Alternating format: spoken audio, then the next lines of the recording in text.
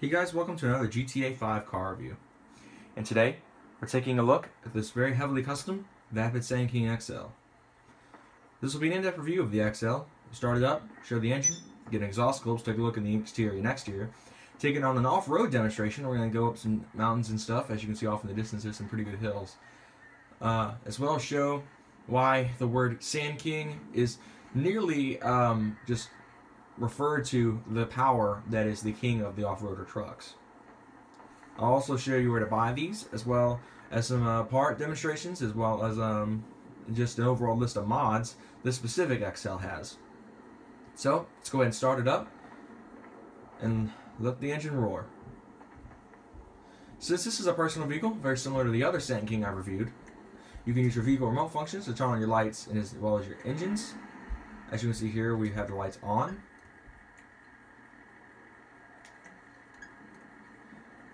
You can also use this to change your radio station. Now, with the new latest update, you can, if you have your truck or car equipped with neon lights, you can turn them off using this vehicle remote functions. So let's go ahead and hop on in. This truck has a red exterior with no accent color.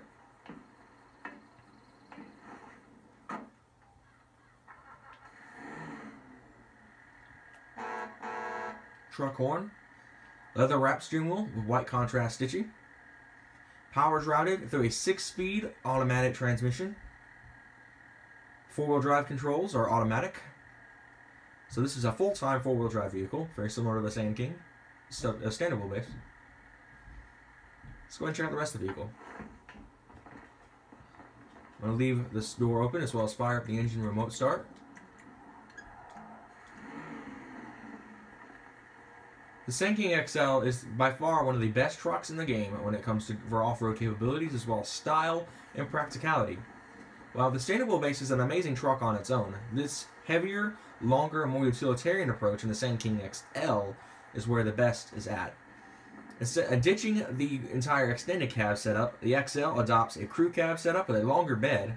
To my knowledge, it appears to be longer than the standard wheelbase's bed, and gains more of an off-road kind of rugged image, with some coming out of the factory with bull bars, as this example has. Now, where you can buy these is by going to the phone, going to internets, travel and transport, Southern San Andreas Super Autos. You can either sort by price as well as go to off-road, and it's right there. Sandking XL is a $45,000 truck, with available colors being red, pink, yellow, orange, white, black, blue, and green. Now, if you'll notice, the color red was an option. This one, however, is aftermarket painted red, as it did come in a different color, and the secondary color, which was the accent color, was changed to the same color, giving it the general look that it doesn't have an accent color, because it really doesn't. But anyway, so yeah. The family of Vapid trucks, though, is dominated by the Guardian as their flagship, with the Sandking XL and standard wheelbase being directly below that, and then the Slam Band, Saddler, and Bobcat being below those. The Sandking XL is the second most expensive Vapid truck, behind only the Guardian. The vehicle is also the most practical. Again, able to seat 5. So let's go through a list of the mods. There are no front-end mods whatsoever. This vehicle does not have the xenon light package, as the standard wheelbase we reviewed earlier did, and it does not have the skid plate and stuff. These bull bars, I believe, were coming out of the factory. Has atomic all-terrain radials with the $4,690 off-road rims. For $3,000, this option is available at Los Santos. All these options I'm listing out here are available at Los Santos Customs. These are the chrome extended fuel tanks, available on both the standard wheelbase and the XL. This cage, which actually came on the truck, the standard wheelbase has it removed.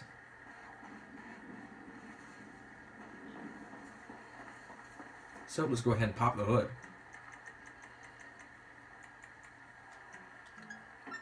Powering the Sandking XL is the same engine that powers the standard wheelbase.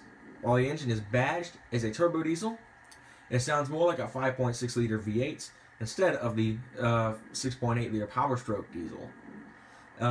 Basically, this engine will be equivalent to the EFI engines of the 90s and or the Tritons of the early 2000s. Power output's unknown. Like I said, it does have quite a bit of torque because it does really get some moves going. It accelerates quite quickly. So let's go ahead and get ourselves a sound clip. Little dinger. I'm going to shut that door to get the dinger to shut it. Alright.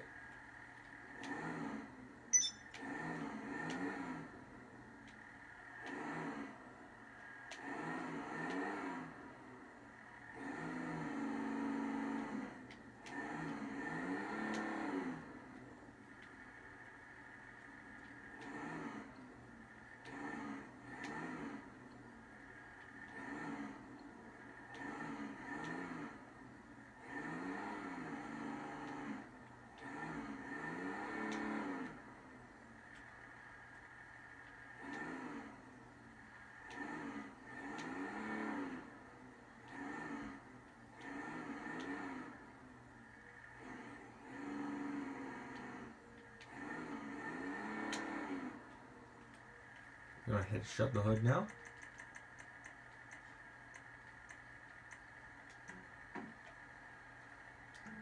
On the inside of the Sandking XL, you'll get the same standard dash setup you'll find in the standard wheelbase.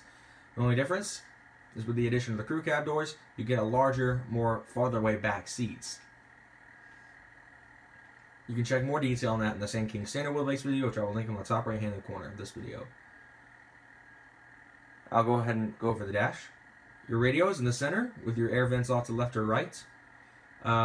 Your controls, you have your temperature on the left, your zones in the middle, and your fan speed on the right. All three of those dials underneath the radio. Your cigarette lighter is underneath the right vent with your four-wheel drive controls, which I don't know why that dial is even in here because it's a full-time automatic four-wheel drive system. So off to the left.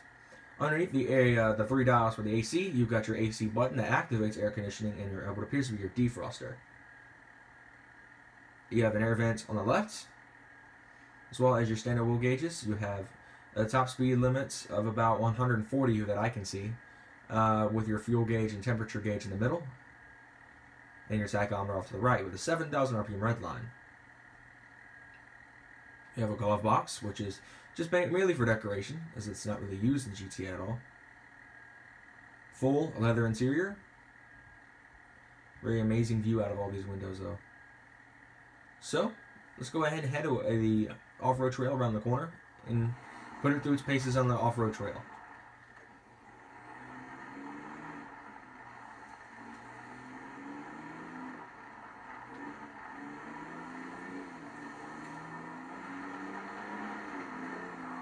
As you can see, there's a mountain here. We're going to attempt to climb it without using any of the trails. I'm just going to cross the street here. It looks like a saddler. A bison, one of the two. We'll review both of those though. So as you can see, the Sandking is just tearing up this hill right here.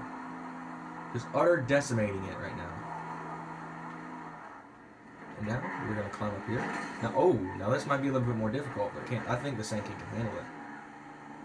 Well, just got to get some traction. Alright, maybe not. Alright, well apparently it can't handle metal grates. Let's try this again. There we go. Oh, come on. Yes. No.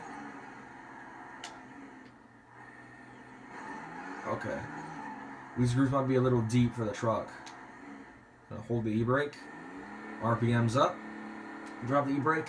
Come on. Alright. Come on. Come on. It's biting. It's trying here.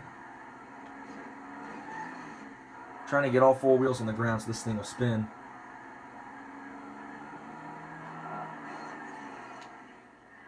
Alright, so it can handle part of metal grade. You just have to have a lot of speed going up. And probably a higher profile because it did just destroy the front end of this truck. So we're just going to round the corner here and try to get more space. There's a perfect hill to climb right here. Oh, we got air. Alright, come on, back on the fours. Four-wheel drive kicking in. Straight up the mountain. Another downshift.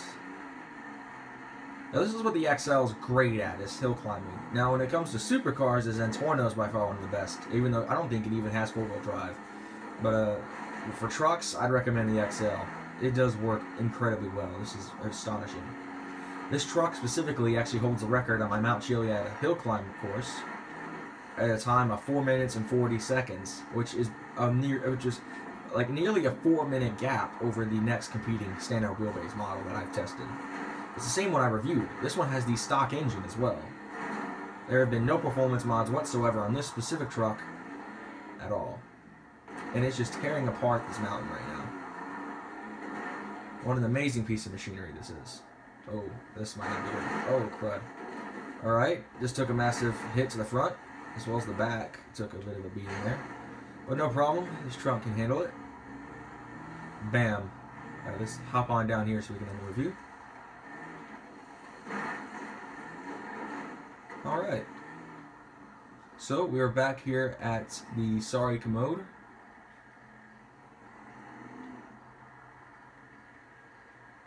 Alright, so it did take some minor damage on the trail, but it did a good job of handling what it had to.